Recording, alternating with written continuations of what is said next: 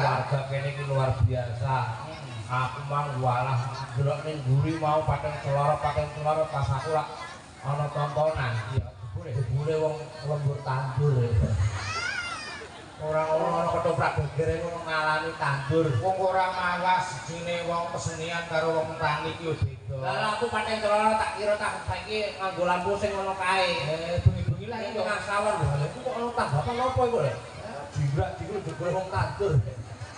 Nah, yo wong pati jan luar biasa. Luar biasa semangate kok ya. Heeh. Ditutupno. Iya. Terusno. Hah? Nek gending sing tenanan. Iya kan, main ning kene pisanan kaya diape-apeno ora niku. Sapa ngerti nek apik iso ditampa karo dulur-dulur kene. Ngono ya. Iya iya. Dadi tanggap kene meneh. Apik karo basane kan iso nyenengno dulur-dulur kene ngono lho. Mergo tanggapan iki wis dimenmeno. Karo panitiane mau. Panitiane sambutane ngomonge masyaallah. Siamplok layu sesuk aku. Ate ngono. Gregeten wae wong ape nyanyi tembangan kaya kowe iku lho. Lah kok mbok saru terus apa ndak nyanyi? Kowe ape nyanyi? Kene iki. Ora nesunan iso. Nyanyi gak nyanyi, dene wong loro bayo bentenan. Iya. Nek paraku kowe ya aku. Itu jenenge wong rukun. Rukun dhewe agawe santoso, ora gawe. Nang. Apa nanti? Iki aja purian nah. Ora kok pure. Kaya tak cilik ae nek pure kok iso. Lah wong deken wong loro. Iki ning dhuwur ditonton wong pirang-pirang ya kowe karo aku. Iya. Lho kowe bar nyanyi aku penyanyi kok, Mbok. Kon beda terus ora iso nyanyi. Ya wis nang nyanyi. Sap, takon. Ora bisa ndak pure neh wae kok. Nyanyi takon. Satopan ditoratu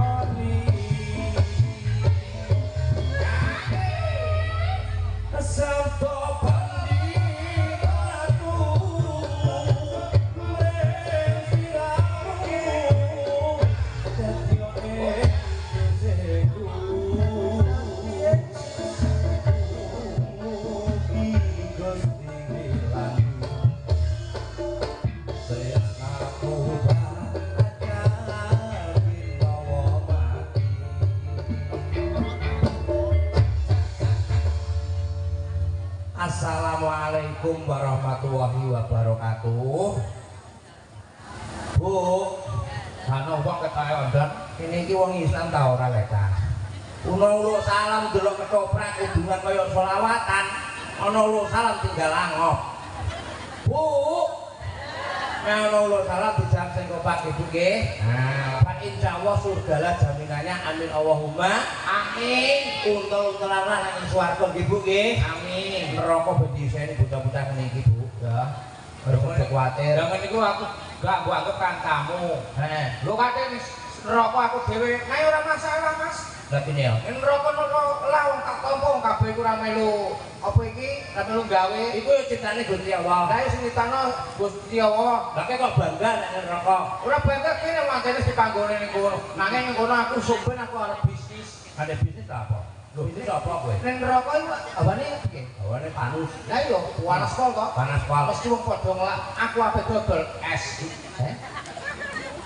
Sik tak urus yo. Apa lek Tek? Iki mana disekseni wong akeh. Lah iya. Tumana nang neraka ape dodolan es iki maksudku piye? Lah iya nang neraka panas tetep padha ngelak kabeh. Oh iya. Nang dodol es kok gelem ngombe sapa? Ayo, sing ngombeni sapa? Sik. Nek ning neraka dodolan es. Setrume kok ndi? Lho setrume sak urung aku mati pesen bojoku. Ora pesen piye? Soale aku pengen mati yo, Dik. Aku gawane kulkas. Kok takon gawane kulkas. Kok mati gawane kulkas? Oh, lah kowe urung ngekeki kulkas kowe preboto malaikat kowe. Aduh ora ono mati gawane kulkas iku lagi tumane iki. Lah sudah prebo kok mati. Aku mau wedi mati kok malah. Lah mati ada wedi kenapa? Aku wedi mati ngene mbakku mati tak tinggal delok dangdut kok. Kowe kok ana wong mati kok delok dangdut. Lah wedi wong mati kok dina iki alhamdulillah. Matur sembah nuwun karo warga masyarakat Dusun Panjunan khususipun terkhusus panjenengane Pak Tarik, Pak Dodi alhamdulillah royo-royo bot-bote ngumpuno bapak-bapak panitia ben bisa anake Pak Guyuban ketoprak nggih. Dalu menika Pak Bu nggih luar biasa penontonnya digawekno lesehan ngene polane wong kene ngono lawane seger ngene dari kathah. Lho seger lho ora seger.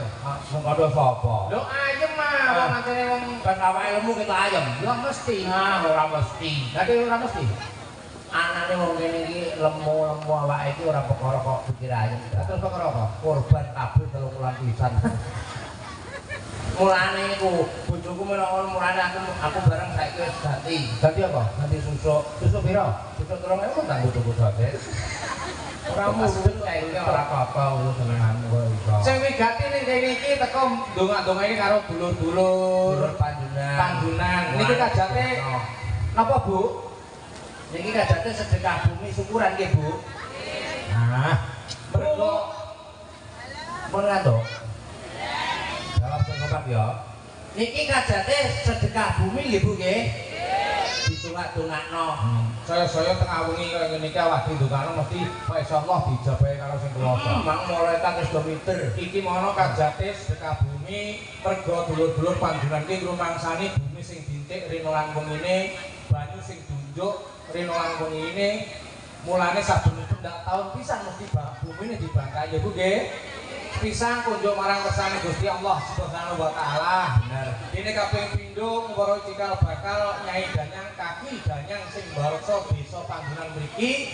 Sakwise bumine dibangkai tak dongake muga-muga uripe wong Panjunan makmur kabeh. Muni amin sing kompak sing banter Bu nggih. Senajan sing donga iki mung siji nek diamini wong sak desa muga-muga dijabahi karo Gusti Allah Subhanahu wa taala. Amin Allahumma amin. Amin Allahumma amin. Muni amine sing kompak nggih Bu nggih. Kula wangsuli nggih.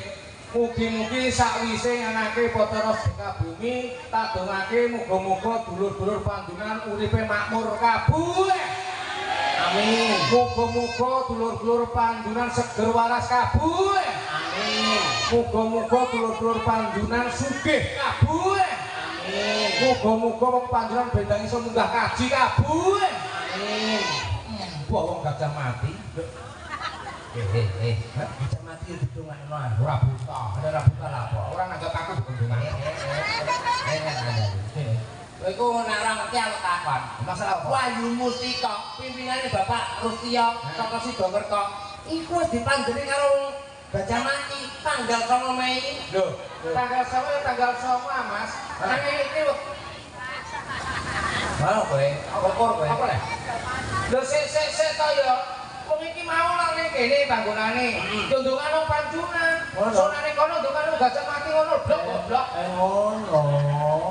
Iya semono uga berdoa dongamu apik tenan aku lah nek semono uga melu dongano karo wong Panjunan. Dongam piye jajal? Muga-muga sing nonton bengi iki wong Panjunan tak tambah tak dongakno muga tambah rezekine amin Allahumma amin. Sing nonton ketoprak bengi iki nganti engko ketoprak bar muga-muga sesuk entuk rezeki sing barokah amin Allahumma amin. Sing ora nonton yo tak dongakno. Ora nonton didongano lha apa? Donga ora kulaan wae. Berarti kowe apik tenan wong sing nonton mbok dongano, sing turun omah ya mbok dongano. Sing nonton nanti untuk ketoprak obat tak dongano muga-muga tambah rezekine. Sing ora nonton semono uga. Heeh. Muga-muga sing ora nonton ketoprak bengi iki ana ketoprak ramene kok ora gelem nonton muga-muga tak dongano muga-muga tambah anake. Tambah anake. Dadi ora tambah anake. Ana ketoprak geger ngene, ndut anake ketoprak blok ketoprak ngono makare umur nang Graya ngancek kaya ora sesuk anak nah. Ayo, mi ya turun apa iki? Senenganmu kaya sing penting dina iki dongane iki muga-muga dijabahi bareng karo dulur-dulur kene nggih Bu nggih. Amin. Amin Allahumma amin luar biasa. Nek kene iki tanggapan ketoprak sing njaluk lakoni mau sapa? Sapa njaluk? Ketoprak kaya ketoprak tentara. Kowe iku ngomong apa? Ana ketoprak banget serangan iku lho. Lah iya lek meng kowe tembak kok dadon-dadon ketoprak ka Israel lah. Panten apa ketoprak ya ngono kuwi sadurunge ana wong pentas iku duh. Terus Ini ana luar biasa takoni. ana kewan-kewan dadon-dadon. Walah itu mau dadon-dadon waket malah ora mengguri. Kandhane aku ora kepuyah mengguri kok. Para kuwaget merton iku mau. Oh bendina awal merton iso kaget kula apa? Mulane dina iki diseneng-senengno karo dulur-dulur Panjunan khususé. Wis didongakno ya disenengno. Disenengno. Wong kene iki senengane iki walah lagu-lagu campursari, lagu dangdut iso kabeh. Iso kabeh. Wong kene model saiki yo nyanyian kae iso kabeh. Nyanyian iso kabeh. Iso. Nyanyi sing lagune ngono kae lho. Sing Puspitono ora tau ora. Ya sing Puspitono iku yo eling. Manukya ayu utama Apik. ngambar arum ing kusuma mulat leng peronta agawe sengsameng nolong Repe ya. repe ngambar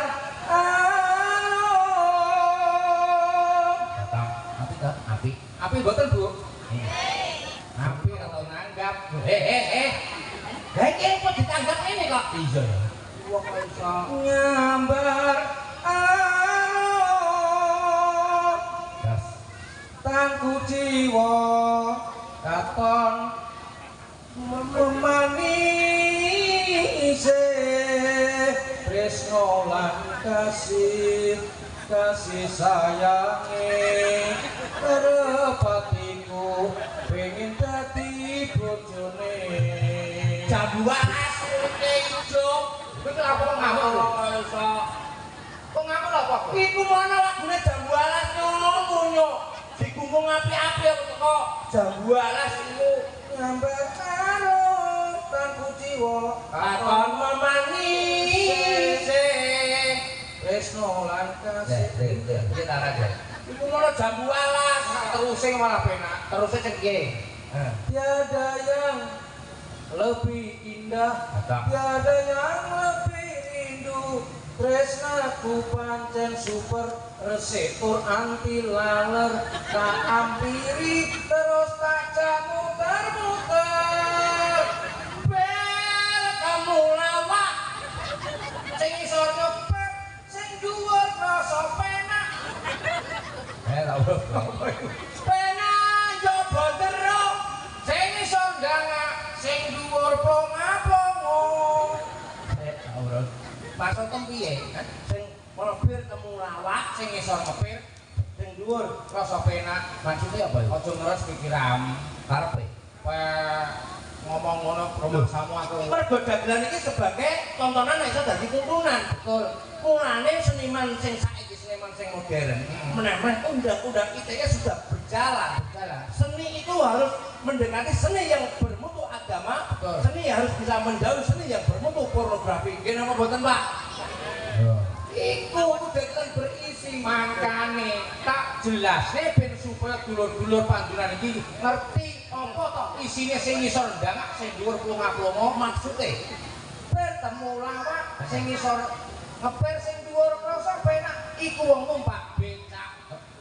Wong numpak becak kok iso? Itu numpak becak mesti ana kuwi lho, ndul sing dhuwur sing numpak kan. Oh, wong numpak becak. Lah dudune lambe kok lunyu. Lunyu memang bar kemoli kok kawine. Mulane rupa bengkel ngono. Lah sing rusak yo bonteruk. Sing ngisor ndangak, sing dhuwur plonga-plonga. Apa iku wong undang pelem. Dadi ngono. Lah sing ngisor ndangak apa nampani? Kang gagere Kang ndi? Pelemene dadi dono. Ndangak to? Sing dhuwur Kang Sardi. Kowe ning ndi ning ngono wis ora ketok iki ndi? Ngono ndi ni? Plonga-plonga dadine. Dadi wong undang pelem. Undang pelem pasamu undang apa? Dadi wong aja lagu iku. Lah lagune Bang Haji Roma Irama. Wah iki lagu yang berpenuh makna. Wah iya muatoh nang mengajak para kaum muda, mengajak warga masyarakat desa Panjuran. Iki termasuk penyuluhan. Lagune kae Mira Sunteno. Sunteno Dembolong-bolong. Lho, aku dari Roma. Lagune Bang Haji Roma Iraya. Roma Iraya itu Bang Haji Roma Irama. Marah-marah itu lho. Marah-marah. Bang Haji Roma Irama. Ya kaya tanggapan. Dadi Bang Haji ku lagune ora kok Mira Sunteno. Aku apa? Mira Sandalan. Mira Sandalan lu nyambut lambemu ngono. Iku sing nganggo narkoba iku lho. Mira Santika. Nah, iki kowe lagune. Iki lagu ngelingno dulur-dulur. Ayo kita mendhawuhi minuman-minuman keras. Mira Santika. Kabeh nadane mama teng teng teng teng teng teng teng mama teng teng teng nyai teng nyai umure 70-an metang-metang segep oleh meteng. Ono iku sing apa iki? Sing gitar. Iya. Lah, lare sing ditipe-tipe kae. Nek sing direkam kae. Rojen iku. Rojen undung Rojen. Roh nadane kae. Roh. Mulane piye jae? Wa wa wi wa wa wi wa. Wa wi wa wi wo. Wow. Orjene jas, ate api iku ya. Orjene bagus kok iso. Lah iya kok api suarane ya. Orjene anyar lah iso. Anyar. PSR 70. Wa wi wa wa wi wo. Wa wi wa wi wo. Wow.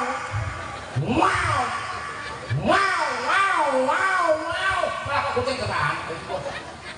Aku saking senenge main orjen sih. Kowe tau ngomong, ana main orjen kok boleh kok goreng kacang itu. Gak oleh. Oh, kowe hafal tenan. Hafal lah. Aja ngono kae. Aja ngene kabun-abuk kae. Ya. Nah, udah. Nah, iki sing cilik, iki sing putih. Iya.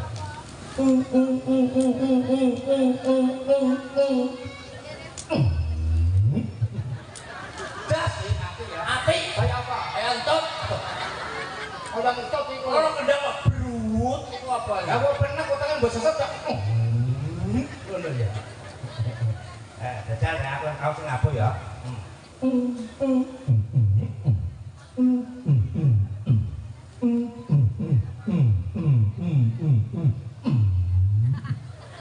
Jas ya.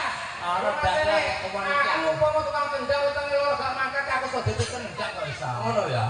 Nah, emang saya kendang lah, saya ngene kae. Nah, iku sulitan niku.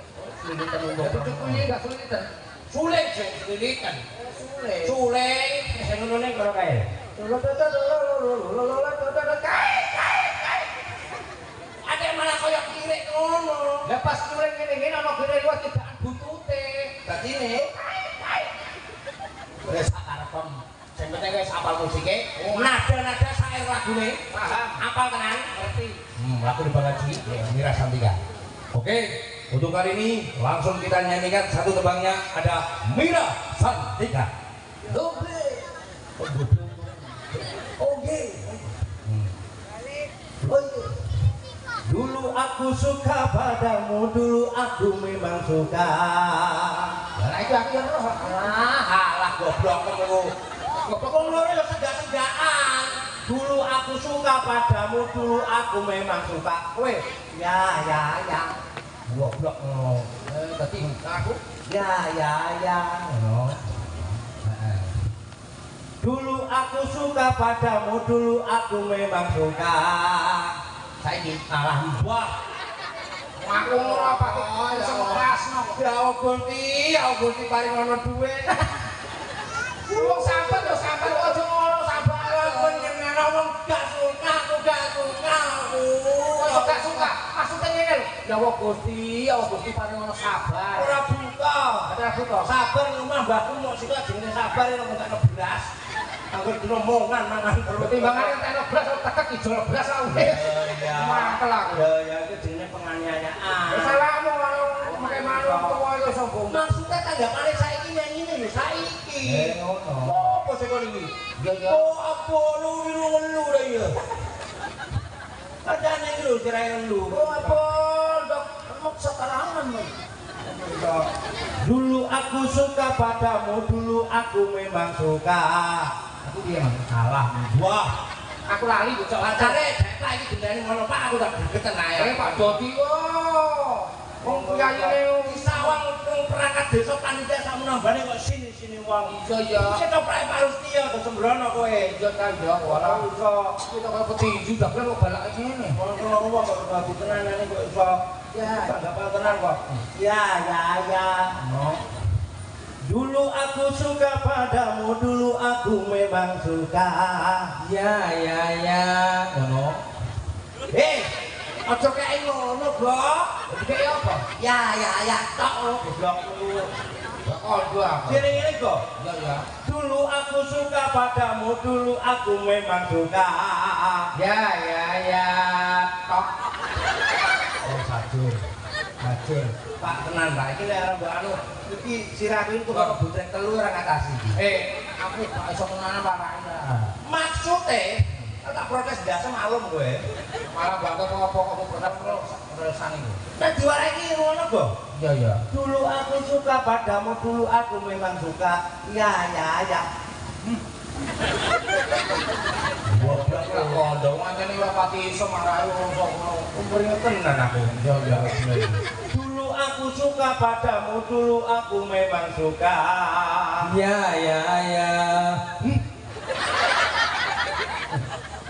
Ben. Iki mang ora krungu. Sing disekar badannya kene Mbah Ratu nggih. Muga-muga Mbah Kaki Danyang Mbah Ratu ku mandi dongane muga-muga dagelan iki cangkeme. Kita yo bosi apa? Tak bosi. Kenapa? Karena aku cangkemku mentu terus aku wis ngomong ke dagel karo sapa. Cari terus bocah dagel Lah iki. kowe ngakoni mati kok iso. Lek sare Ya. Maksude. Aduh, aku mang kok nganggo sirah iki mang piye rek ta? Mari sirah sesi kok urung garing ngopo. Mana kok budek aku goblok lho. Ya, iya sih benar. Dulu aku suka padamu, dulu aku memang suka. Ya.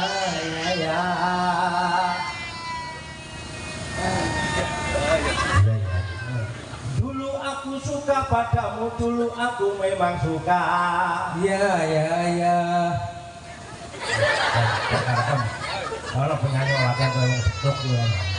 Oh, cere bon jaya gedek-gedek kaya kowe. Nyanyi kaya umumnya roman lho. Ngono. Keliru nang protes tenan kowe iso. Dulu aku suka padamu, dulu aku memang suka. Ya. Dulu aku gila padamu, dulu aku memang gila. Ya. Sebelum aku tahu kau dapat merusakkan jiwaku. Ya. Borongan tandur apa kok ya terus lu kok iso. Lu jare kon jaya bener kok. Gak kondong niku. Ora iso kok. Dulu aku suka padamu, dulu aku memang suka. Lah, ojo nganu terus mangkel lagu ya Allah. Lecet kok goblok meneh. Mulane iku siram koyo kacang ijo ngene kok. Mane goblok kowe. Wong sirah aku kene malah koyo kacang ijo. Ya Allah ngelu tenan aku. Sing pisanan iki ya sing. Terus lagi.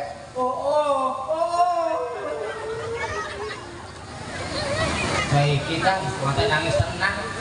Aku mati bagus lawase ora. Saya mati ini dagelan aku rasane kudu salam kowe udah dagelane pekok koyo aku. Dulu aku suka padamu, dulu aku memang suka. Ya. Dulu aku gila padamu, dulu aku memang gila. Ya. Sebelum aku tahu kau dapat merusakkan jiwaku. Lah. Sebelum aku tahu kau dapat menghancurkan hidupku. Sekarang tak utamu tak. Apa tak kerewak itu? Asik. Remor. Asik. Penak ini kau sa. Penak untung remor kono. Ya Allah, yang mati ini kan bayar pira lah? Ya ora usah bayar mas, gelas cantik kandhane. Nuntut kaya kowe lele. Yo piye itu kepataan kerewak iki lho. Lah iya. Sekarang tak. Tak mau kepada krewak. Kamu tak banyak kacang krewak ngono.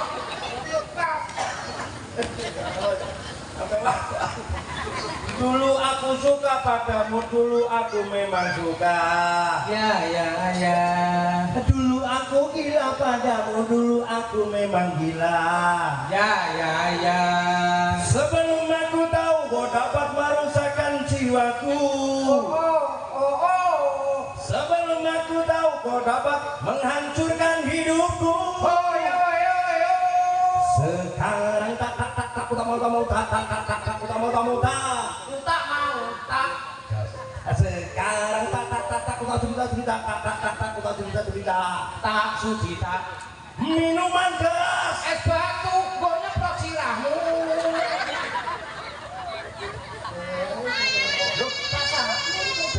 Pas dah semua. Minuman keras es batu. Yuk nyeplok sirahmu. Sebelum aku tahu kau dapat menghancurkan hidupku. Minuman keras, miras, apapun bentukmu. Bentuknya bunder dawa. Ana sing gepeng, ana sing dililit, ana sing menggok. Iki ape apa lagi yo iki? Maksudnya bentuk apa kok iso? Lagune iki mang lho. Apapun bentukmu. Tak akan mengenal lagi dan tak akan lekuk lagi walau setetes trit atau trut trot. Wos.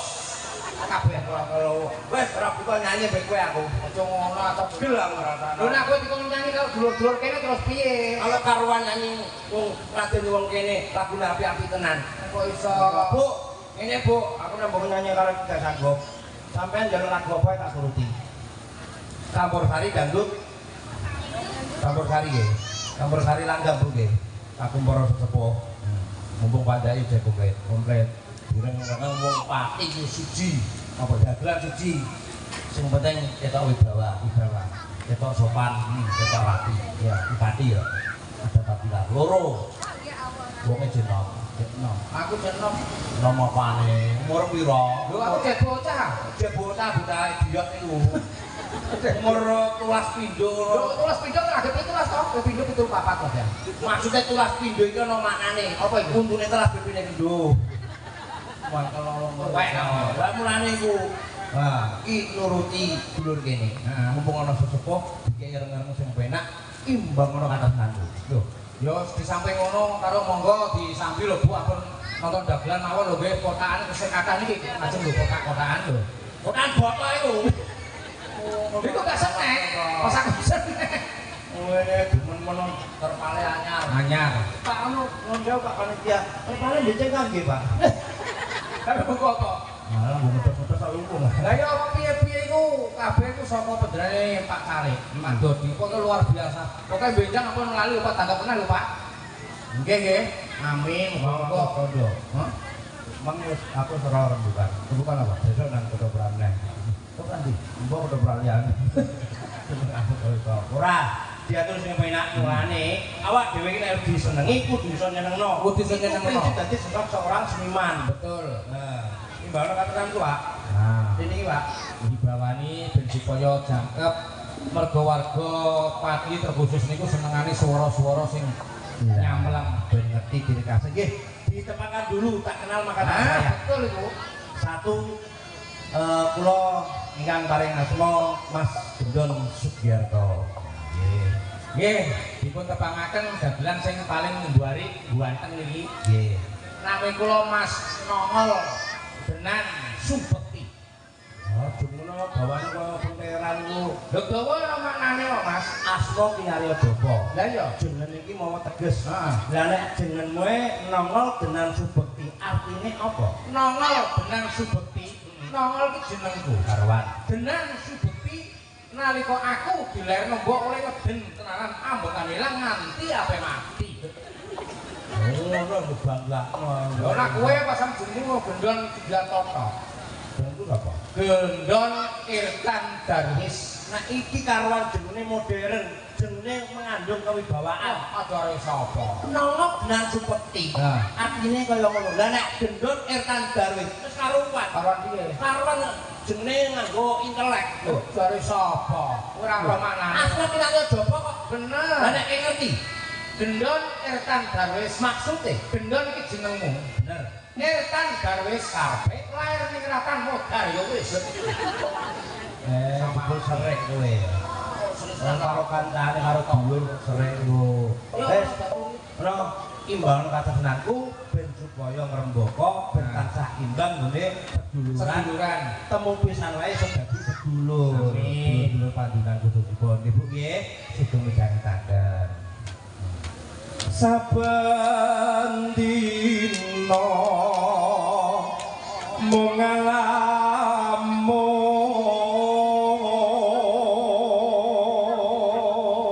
saben dina mung ngalamun malah kaya puisi barang lho iki terus eno antu-antu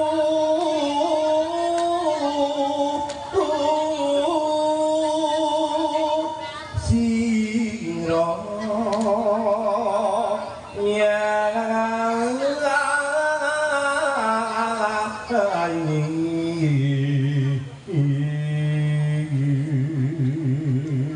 Suara mape kawit enom le. Nganti saiki jajek ora ana bliware ora ana blesete. Jaman ijen enom nggih niki gawean mriki Pak nate pirang jeneng gendon nate pirang Pak nggih. Zaman tahun 2012. Ya Allah kowe. Ana wong. Ana kancaku sing wis hafal. Lah iya, mesti yo akeh sing ngerti ning Yusuf saiki akeh. Yusuf Utomo. Iku YouTube. Hah? YouTube ae Yusuf malu. Mas wong iku. Tapi Yusuf. Tekan di bawah. Janji urip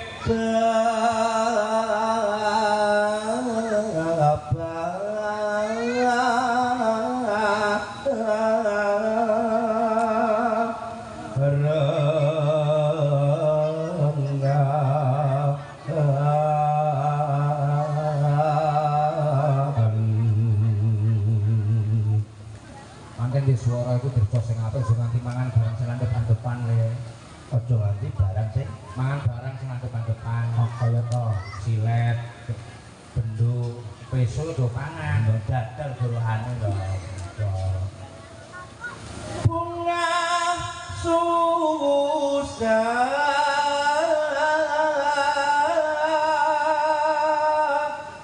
dilakoni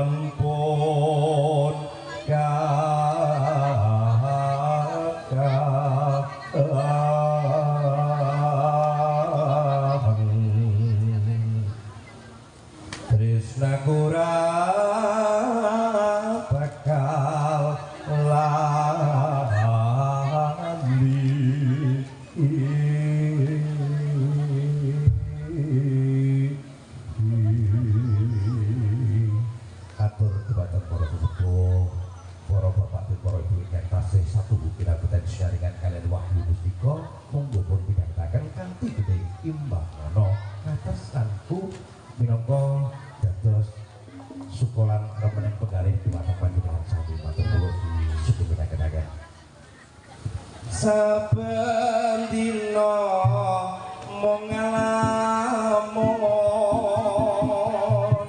jroning sepi samun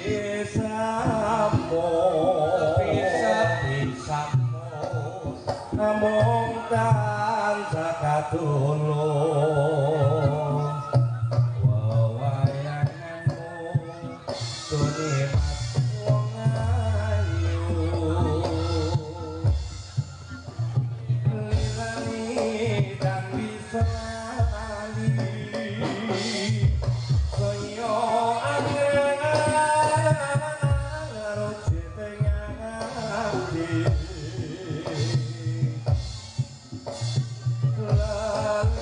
lalane wong mate tansah gumanting ing tanduking netra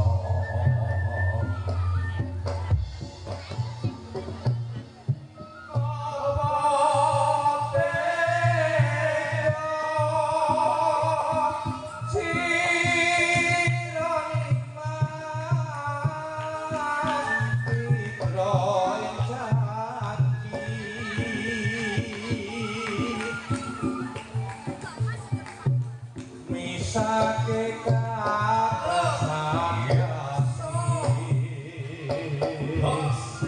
lapor mangkono piye katresnanmu piye katresnanmu mongko nimah katresnanku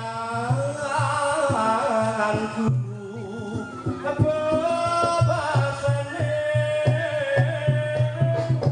tan bisa tinuku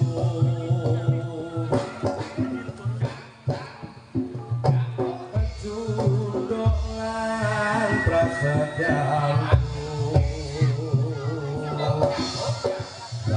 korbanake jiwa lan